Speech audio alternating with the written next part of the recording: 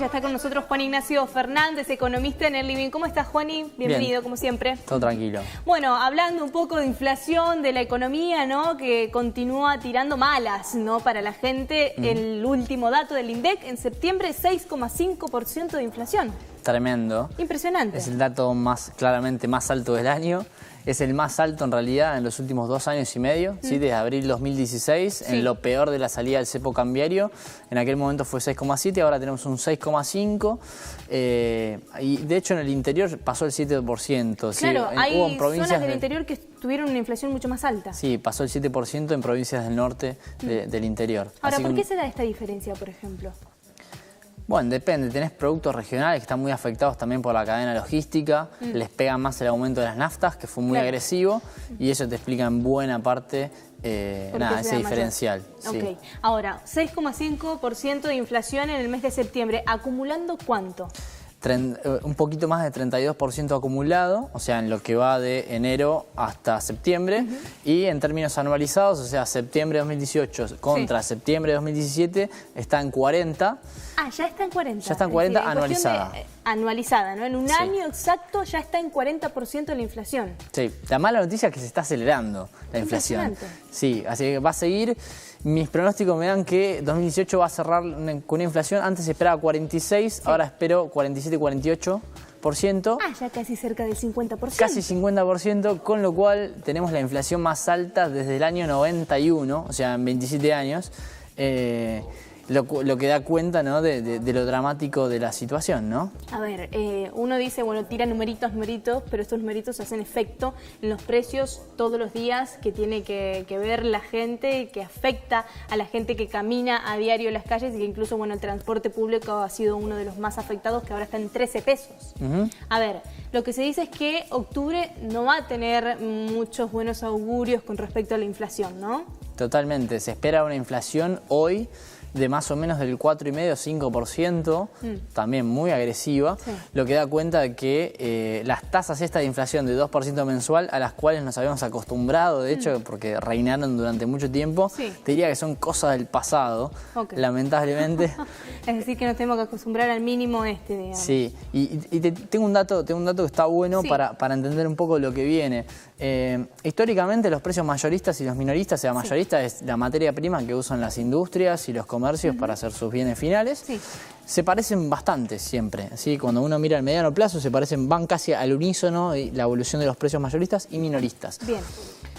¿Cuál fue el dato de septiembre mayorista? Porque este fue minorista, 6,5. 16%.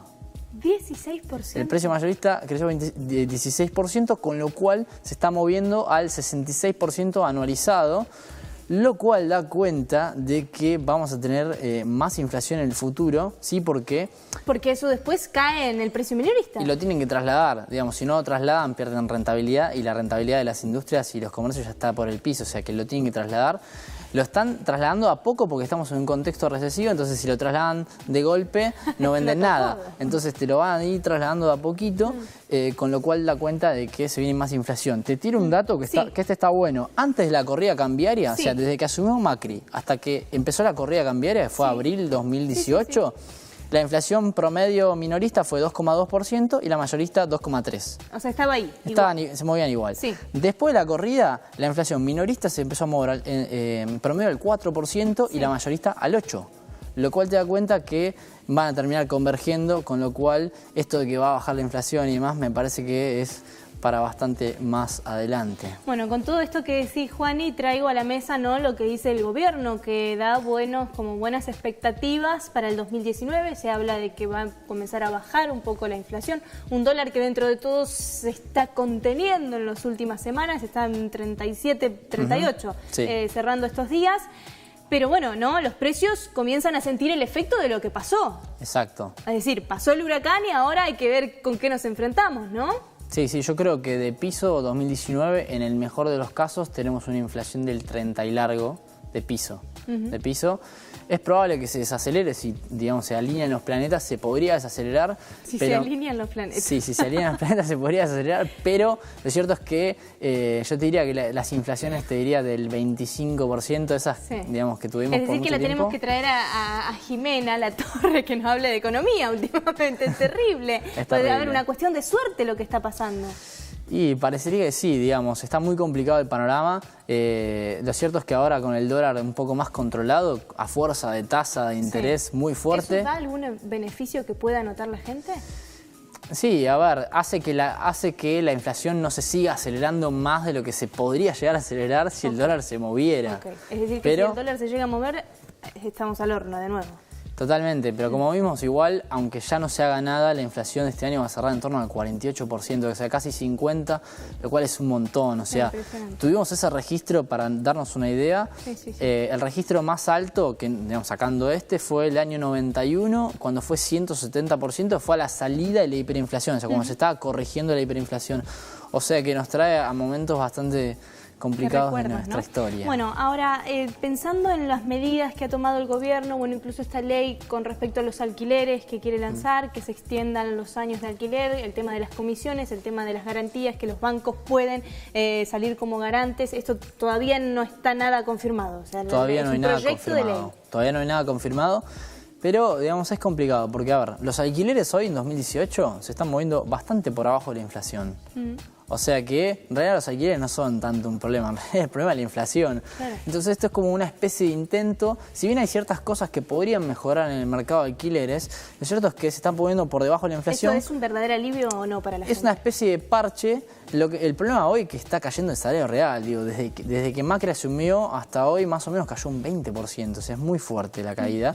Entonces este tipo de cosas tratan de venir a hacer una especie de parche, pero lo cierto es que hay que corregir cuestiones más profundas, ¿no? Son curitas, ¿no? Sí. Para una herida grave. Totalmente. Ahora, la otra medida que habían tomado era el tema de los créditos hipotecarios. ¿Esto es efectivo o no? Este tope que pusieron a que la gente, el miedo que tenía era que las cuotas con la corrida cambiaria y demás se disparen. Se puso un tope a esto. ¿Es efectivo también? Para los que ya tomaron el crédito les da un alivio, una tranquilidad, ¿sí? Pero eso no implica que el mercado inmobiliario, ¿sí?, está en un parate tremendo. Están cayendo a 60% la toma de crédito hipotecario. O sea, cuando uno compara la cantidad de hipotecas del último dato, que fue agosto, contra agosto de 2017, está cayendo muy fuerte. O sea, se paralizó el mercado. Y esto lo que viene a hacer es que para los que ya tomaron el crédito y que ya están subidos al carro del UVA, nada, que sea un poco más pagable y que no se le parezca tanto a la inflación, o por lo menos que mantener una relación cuota-salario un poco más razonable. Bueno, es decir, que dentro de todo, para los que obtuvieron créditos, esto sería como cierto alivio. Digamos. Cierto alivio, sí. Bien, ahora, parece que el clima que se respira, digamos, económicamente, pero hablando de la gente que está a diario, que está del otro lado de la pantalla, que a diario le toca laburar, tomarse un colectivo, llegar al trabajo, pagar las expensas, ir al súper y enfrentar los precios que han cambiado muchísimo. ¿Hay alguna esperanza que uno pueda recibir? ¿Hay alguna medida que uno diga, bueno, en los próximos meses puede pasar esto? ¿Hay probabilidades de esto o no hay ninguna probabilidad de nada? Está muy complicado el panorama. Las medidas que necesita la gente en realidad es bajar impuestos, sobre todo la gente que genera riqueza, ¿no? Las pymes que están ahogadas por impuestos y ahogadas por las tasas.